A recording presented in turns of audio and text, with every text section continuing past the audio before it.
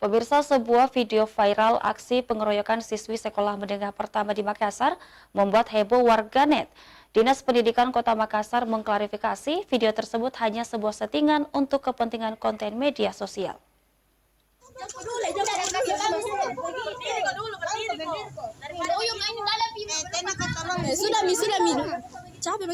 Beginilah sebuah video aksi pengeroyokan siswi SMP Negeri 21 Kota Makassar yang beredar di media sosial.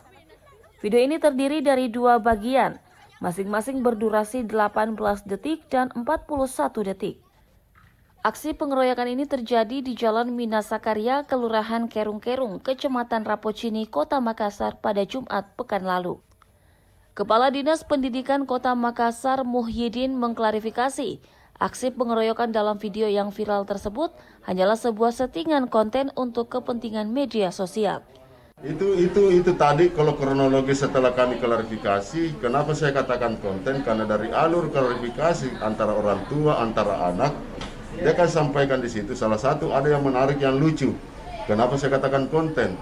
Artinya itu pada saat melakukan seperti pada saat tenaga tidak ada, dia minta minum dulu, lanjut lagi. Karena kebiasaan kalau berkelahi itu lanjut terus sampai babak belur. Kayak yang terjadi tidak ada yang babak belur.